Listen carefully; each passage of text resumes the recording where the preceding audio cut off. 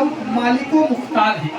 اے عاشقان رسول، نور والے آقا صلی اللہ تعالیٰ علیہ وآلہ وسلم کا خدا، پارہ 22 سورۃ الاحزاب آیت نمبر 36 میں ارشاد فرماتا ہے، جس کا ترجمہ کچھ یوں ہے، ترجمہ کنزُ الایمان، اور کسی مسلمان مرد نہ مسلمان عورت کو پہنچتا ہے کہ جب اللہ و رسول کچھ حکم فرما دے تو انہیں اپنے معاملے کا کچھ اختیار رہے، اور جو حکم نہ مانے اللہ اور اس کے رسول کا وہ بے شک شر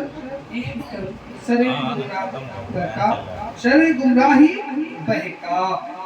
تفسیر سیرۃ الجنان جلد 8 میں اس آیت سے یہ بھی معلوم ہوا کہ حضور نور صلی اللہ تعالی علیہ وآلہ وسلم اللہ پاک کی عطا سے شرعی احکام میں خود مختار ہے۔ اللہ پاک کے عطا سے شرعی احکام میں خود مختار ہے، آپ جسے جو چاہیں حکم دے سکتے ہیں، جس کے لیے جو چیز چاہیں جائز یا ناجائز کر سکتے ہیں۔ یہ اللہ پاک نے اتھارٹی دیا ہے نبی پاک صلی اللہ علیہ وسلم۔ حضرت سیدنا داؤد علیہ نبی علیہ السلام پر اتاری جانے والی مقدس کتاب زبور شریف میں ہے احمد صلی اللہ علیہ وسلم، نبی پاک کا نام ہے احمد صلی اللہ علیہ وسلم، مالک ہوا ساری زمین و تمام امتوں کی گردنوں کا۔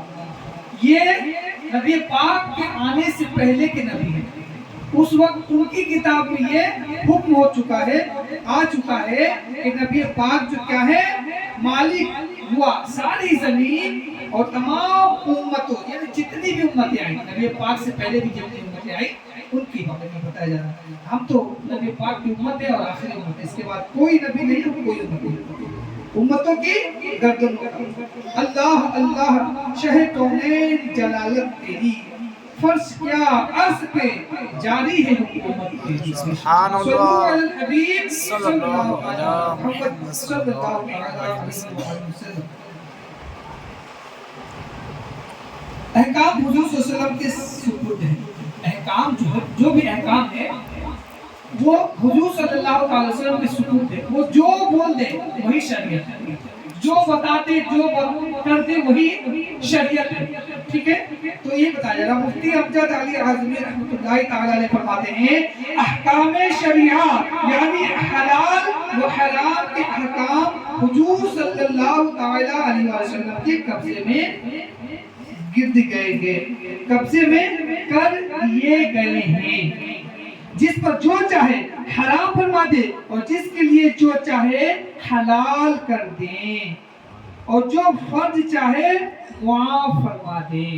یعنی نبی پاک کو یہ طاقت دی گئی ہے کہ جو شریعت چاہے جو وہ کہیں وہی ہوگا، اگر فرض کو معاف کرنا چاہیں تو معاف بھی کر سکتے ہیں۔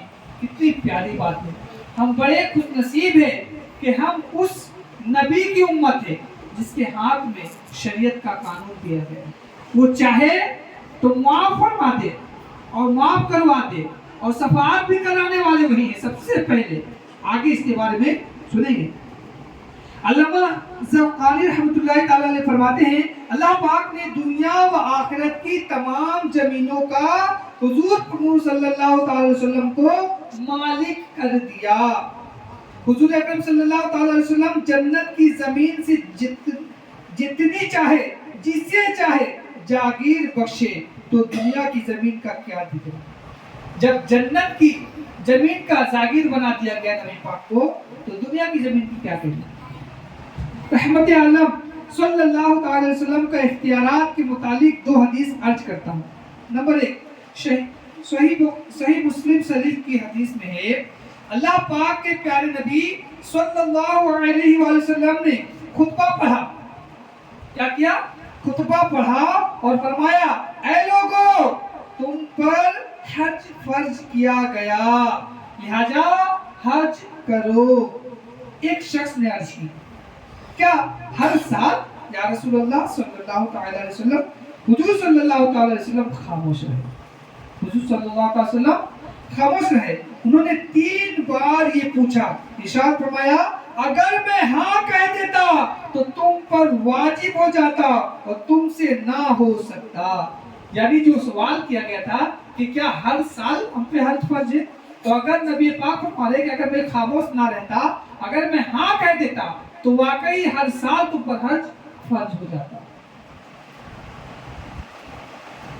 یعنی میں ہاں کہہ دیتا تم پر ہر سال حج فرض ہو جاتا اور تم یہ نہ کر پاتے. نمبر 2 بخاری شریف کا دوسرا حدیث، وہ ایک مسلم شریف کا حدیث تھا، یہ بخاری شریف کا. بخاری اور مسلم کے حدیث میں ہے کہ حضور صلی اللہ تعالی وسلم نے فرمایا اگر میں اپنی امت پر گرا یعنی بوجھ نہ جانتا تو انہیں ہر نماز کے ساتھ یا ہر نماز کے وقت مسواک کا حکم دیتا. یہ نبی پاک کا احسان ہے کہ ہم پر انہوں نے کرم فرمایا، ورنہ مسواک سے ان کو اتنی محبت تھی کہ فرما رہے کہ اگر میں یہ نہ چاہتا کہ تم پہ بوجھ ہو جائے گا یہ کام تو میں تم پہ مسواک لازم کر دیتا ہر نماز کے بعد یا پہلے. کنجی تمہیں دی اپنے خزانوں کی خدا نے، محبوب کیا مالک وہ مختار بنایا.